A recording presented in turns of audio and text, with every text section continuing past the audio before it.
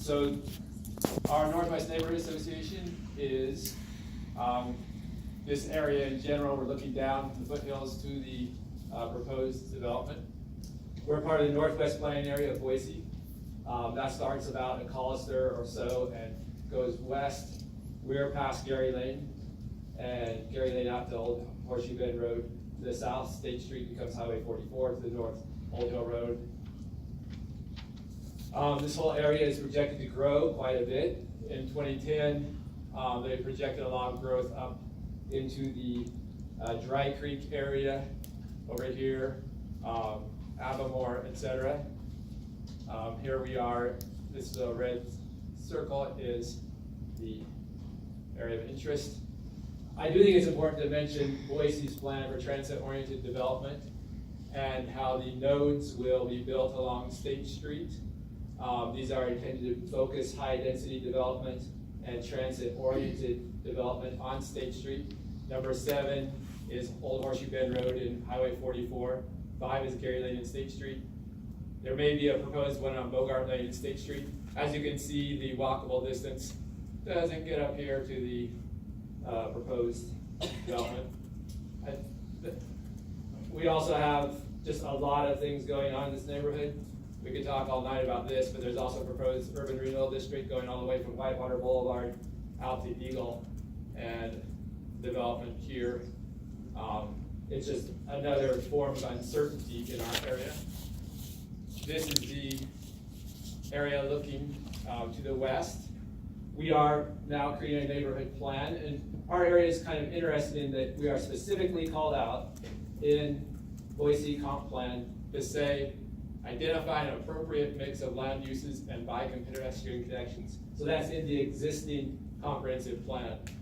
And it's exactly this area, northwest corner of Utah-Bogart Lane area. This is the area of the proposed development. And you notice a number of attractors here. Many of these are identified by the applicant as being places where children and folks will go. We have River Glen Junior High, we have Shadow Hills Elementary, we have Magnolia Park, we have Optimist Youth Complex, we have Rolling Hills Charter School. Note all of those are on the south side of the parkway. So that really brings up a lot of safety issues. You've heard already a fair bit about Bogart State and Duncan and State.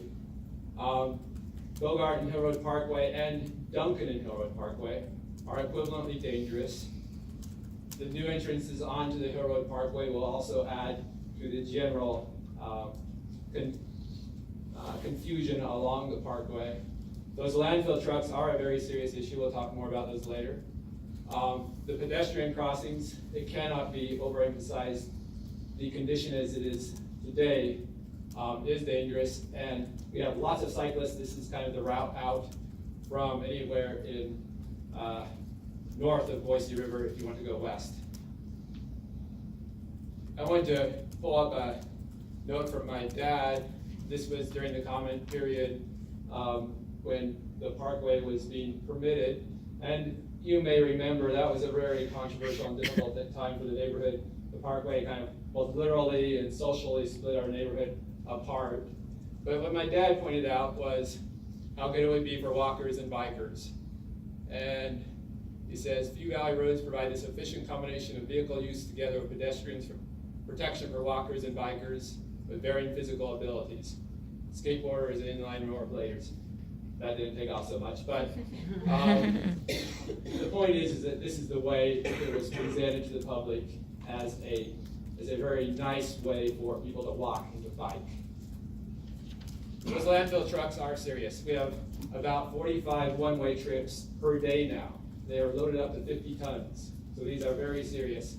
And they're going from the Meridian Transfer Station to the landfill, and that route is dedicated. They're not going to be changing the route, and they're going to continue to grow in terms of numbers as Meridian grows. There's apparently no way around it. We try to recycle, but only do so well.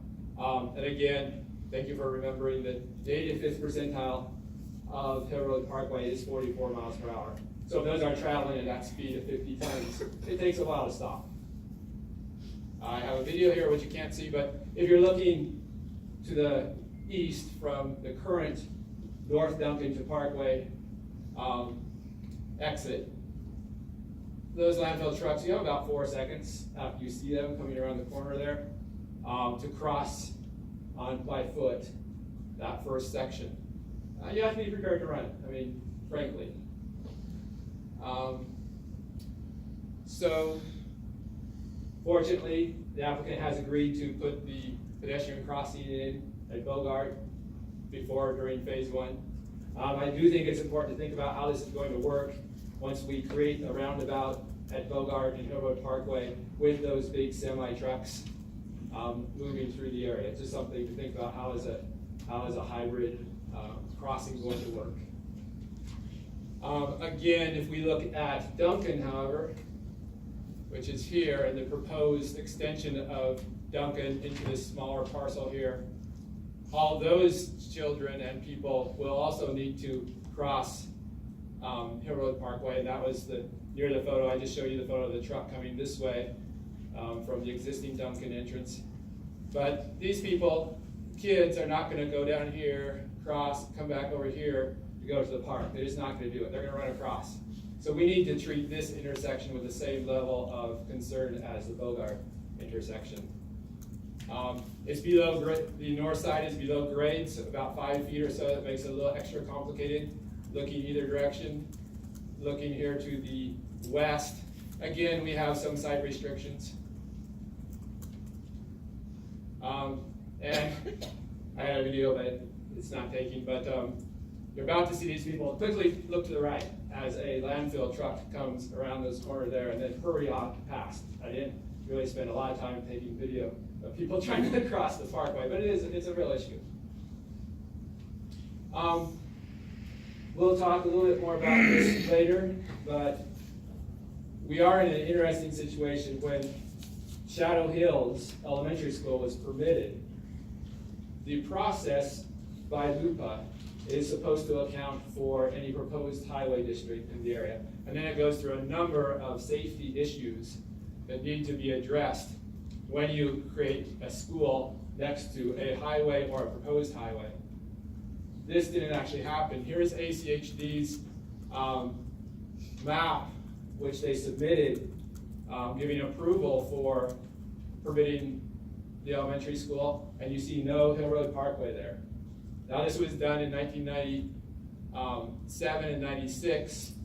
You had 2 parallel universes, ACHD with the Hill Road Parkway and Boise Schools, and those didn't communicate as they are dictated to by LUPA. So that's an issue now, because if you start to build densely on the north side, suddenly that gap in regulatory planning is going to be exposed just in terms of safety. There are a number of problems with the traffic study. First of all, we feel that the use of senior multifamily codes for those 130 apartment units isn't appropriate unless that's deed restricted in some way. It's right now conceptual design, but they really should have used just the generic multifamily codes. That would essentially double the traffic coming out of those multifamily units. Much of that will go down Bogart, and then Bogart, Prominence predicts Bogart to be an LOSC. Other traffic studies down in the area predicted to be LOSD and build out here 2025. Regardless, the volume over capacity ratio is at least 1 or above. If you use generic multifamily here, all that's definitely going over.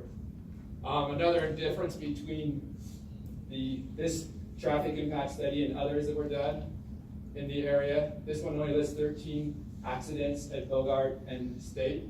Others list 33.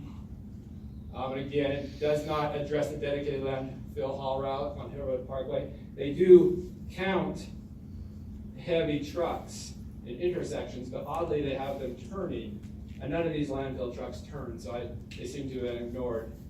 Also, their traffic impact study, this was out of their scope, but it is important for us just to understand that Hill Road Parkway is projected to be a LOSF between Gary Lane and Siemens Gulch in 2025.